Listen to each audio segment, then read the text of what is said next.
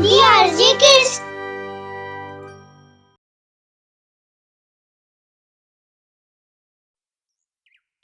बाल कृष्ण का जुड़वा। रामपुर नाम का एक गांव था, जहां पर कन्हैया नाम का एक लड़का रहता था। बिल्कुल भगवान बाल कृष्ण की तरह। कुछ लोग तो उसे कन्हैया का जुड़वा कहने लगे थे। उसी गांव में उसके पिता राम दूध बेचने का व्यवसाय करते थे। दूध बेचना, मक्खन बनाना, उसे बेचना उनका बहुत बड़ा कारोबार था। सारे गांव में प्रचलित है। अजी सुनते हो, आजकल कन्हैया की हरकतें बहुत बढ़ गई हैं। बिल्कुल बाल कन्हैया की तरह। बड़ा शैतान है, बहुत मक्खन खाने लगा है। हमें इसे डॉक्टर के पास दिखाना चाहिए और कुछ खाना ही नहीं चाहता। तुम ठीक कह रही हो सुमन, हमें जल्दी से किसी डॉक्टर के पास जाना चाहिए। सुमन और राम कन्हैया को लेकर डॉक्टर के पास जाते हैं। वहाँ जाते ही कन्हैया डॉक्टर का पेन उठा लेता है और उस पेन को बांसुरी समझकर बजाने लगता है। क्या ये बचपन से ऐसा ही है? कुछ अजीब हरकतें कर रहा है। अरे नहीं डॉक्टर साहब, दरअसल ये बाल कृष्ण का बहुत बड़ा भक्त है। हमारे गांव में तो इसे बाल कृष्ण का जुड़वा कहते हैं। अभी छोटा है ना, किसी चीज को समझ नहीं पाता है, पर इसकी एक आदत हमें परेशान कर रही है। क्या परेशानी है इसकी? ये दिन भर में बहुत सारा मक्खन खा जाता है। हमारा मक्खन का व्यवसाय है, परंतु हम इसे मना भी नहीं कर सकते और कोई खाना खाता ही नहीं, बस मक्खन ही पसंद है, बस वही खाते रहता है। मैं कुछ दवाई लिख कर देता हूँ, इस पर धीरे धीरे सुधार आ जाएगा। सुमन और राम कन्हैया को घर पर लेकर आते हैं। दूसरे दिन कन्हैया गांव के अन्य लोगों के घर में जाकर माखन मांगता है। पहले कुछ दिन वो उसे बच्चा समझकर, कन्हैया समझकर बड़े प्यार से माखन देते हैं और वो खाता है। रोज रोज आने की आदत है और परेशान हो जाते हैं और आकर राम से कहते हैं, अरे भाई राम, तुम तो इस गांव के सबसे बड़े व्यापारी हो और तुम्हारा बेटा कन्हैया आजकल रोज हमारे घर आता है। हम ठहरे गरीब भगवान की पूजा करते हैं, कृष्ण को मानते हैं, इसलिए उसे बड़े प्यार से माखन खिला देते हैं और सारा माखन खा जाता है तुम्हारा बेटा। हमें बेचने के लिए कुछ नहीं रहता, हमें माफ कर दो। हम बच्चे के बारे में ऐसा नहीं बोलना चाहते, लेकिन इसकी हरकत ही कुछ अजीब है। गांव में 2-3 किसानों की ऐसी बातें सुनकर राम को बड़ा ही दुख होता है।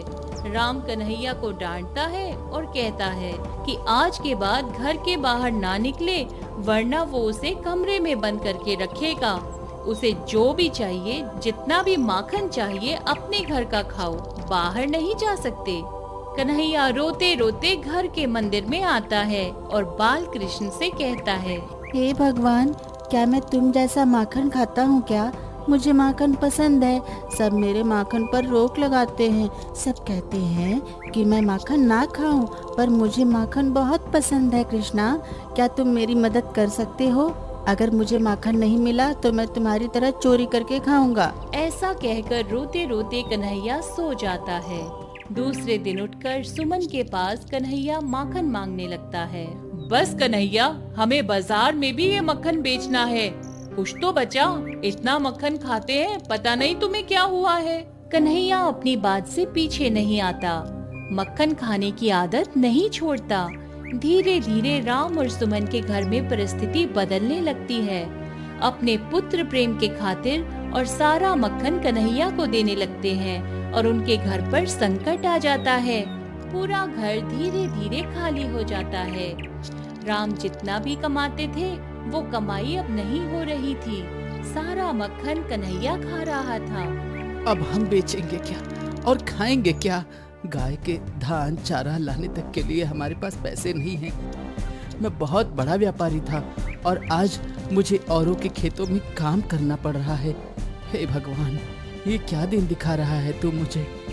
आप चिंता ना करें, कल से मैं भी खेतों पर काम पर जाऊंगी। जो हो सके हमारे पेट के लिए और कन्हैया के लिए हम करेंगे। मैं समझती हूँ कि भगवान हमारी परीक्षा ले रहा है। राम और सुमन की बातें सुनकर कन्हैया को बड़ा दुख होता है, तो फिर एक बार बाल कृष्ण की मूर्ति के पास आता है और हाथ जोड़कर कहता है, हे भगवान, मुझसे क्या गलती हुई है? मैंने इस धरती पर जन्म लिया और मुझे तुम्हारी तरह माखन खाना पसंद है। मैं कितना भी चाहूँ लेकिन माखन चोरी नहीं कर सकता। बाल कृष्णा, तुम कुछ कर दो मेरे लिए। मेरे माता पिता की ऐसी हालत मैं नहीं देख सकता। अचानक बाल कृष्ण कन्हैया के सामने प्रकट होते हैं। कन्हैया तो उन्हें देखकर हैरान हो जाता है। बाल कृष्णा, आप? इसका मतलब अब तक लोग मुझे जुड़वा कहते थे, ये बात सच है? आप तो बिल्कुल मेरे जैसे दिखते हो, क्या ये सच है? हाँ कन्हैया, बिल्कुल सच है। बल्कि तुम्हें नहीं, जगत के सारे प्राणी मात्र में मेरा अंश है। धरती के कण कण में मेरा आवास है। जो मुझे दिल से पूजेगा, मैं उसके साथ और उसके दिल में बसता हूँ। पर तुम्हारे और मेरे कार्य में बहुत फर्क है। वो कैसे? मैं जिस युग में जन्मा था वो द्वापर युग था और तुम्हारा जन्म कलयुग में हुआ है। कलयुग में द्वापर युग जैसा कुछ भी नहीं है। इसीलिए तुम्हें तुम्हारी आदतों में बदलाव लाना होगा। मैं तुम्हारी मदद करूँगा। तुम जब जब मक्खन खाने जाओगे तब तब मैं तुम्हें रोकूंगा। मैं तुम्हारे सामने आऊंगा, किसी को नहीं दिखूंगा। पर अगर तुम मुझे अपना जुड़वा कहते हो तो तुम्हें मेरी तरह लोगों की मदद करनी होगी। सिर्फ मक्खन खाना ही कन्हैया का काम नहीं था। मैं औरों की मदद भी करता हूँ, लोगों को संकट से भी बचाता हूँ, अपने माता पिता का आदर करता हूँ, उनके कार्य में उनकी मदद भी करता हूँ, ना कि उन्हें संकट में डालता हूँ। कृष्णा, तुम जो कहोगे मैं वो करूँगा, क्योंकि उसे तुम बहुत अच्छे लगते हो। क्या तुम मेरे दोस्त बनोगे? जरूर मैं तुम्हारा दोस्त बनूंगा, पर तुम्हें मुझसे वादा करना होगा कि तुम अपनी आदतों को सुधारोगे। मैं वादा करता हूँ, मैं अपनी सारी आदतें सुधार लूंगा। ऐसा कहकर बाल कृष्ण वहाँ से चले जाते हैं। दूसरे दिन कन्हैया अपनी माँ के पास जाता है और कहता है, माँ, मुझे बड़ी जोरों की भूख लगी है, क्या मुझे थोड़ा माखन मिलेगा? तभी अचानक कन्हैया के सामने बाल कृष्ण आते हैं और गुस्से से देखते हैं। माँ, मुझे माखन नहीं, मुझे चावल और सब्जी दे दो, मैं वही खा लूंगा। कन्हैया की ऐसी बात सुनकर सुमन आश्चर्यचकित हो जाती है। वो जल्दी से रसोई घर में जाकर सब्जी और रोटी लेकर आती है और अपने हाथों से कन्हैया को खिलाती है। कन्हैया बड़े प्यार से माँ के हाथों का दिया खाना खाने लगता है। सुमन की आंखों में आंसू आते हैं। माँ, तुम रो क्यों रही हो? कन्हैया, आज तुमने पहली बार रोटी और सब्जी मांगी है, माखन नहीं खाया। खुशी के आंसू हैं। मैं लोगों के तानों से परेशान हो गई थी। माँ के चेहरे पर खुशी देखकर कन्हैया खुश हो जाता है। वो बाल कृष्ण की तरफ देखता है और कहता है, माँ, और रोटी दो ना मुझे भूख लगी है। सुमन रोटी लाने रसोई घर में जाती है। तभी कन्हैया बाल कृष्ण से कहते हैं, कृष्णा, खाना तो मैं खा रहा था, पर तुम मुझे क्यों देख रहे थे? कन्हैया, माता इतने प्यार से खाना खिला रही थी। जो खाना तुम खा रहे थे वही खाना तुम्हारे साथ मैंने भी खाया था। मुझे बड़ा आनंद आया। इसी तरह अपने माता पिता को खुश रखो। मैं तुम्हारे साथ हूँ। दूसरे दिन बरसात होती है। गांव की नदी में बाढ़ आने वाली होती है। सारे गांव में कन्हैया भाग भाग कर कहता है कि बाढ़ आने वाली है, कोई भी नदी की तरफ ना जाए, संकट आने वाला है। और ठीक वैसा ही होता है, क्योंकि ये बात खुद बाल कृष्ण ने कन्हैया को बताई थी।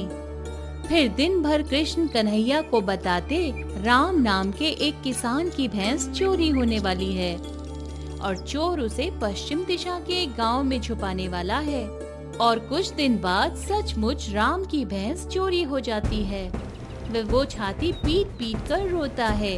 कन्हैया वहाँ पहुँचता है और कहता है, रामू चाचा, तुम्हारी भैंस पश्चिम दिशा में एक गांव है, वहाँ पर है। चोर ने वहाँ छुपा रखी है।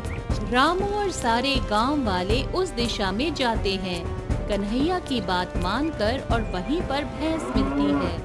सारे गांव वाले चोर को पीटते हैं और पुलिस के हवाले कर देते हैं।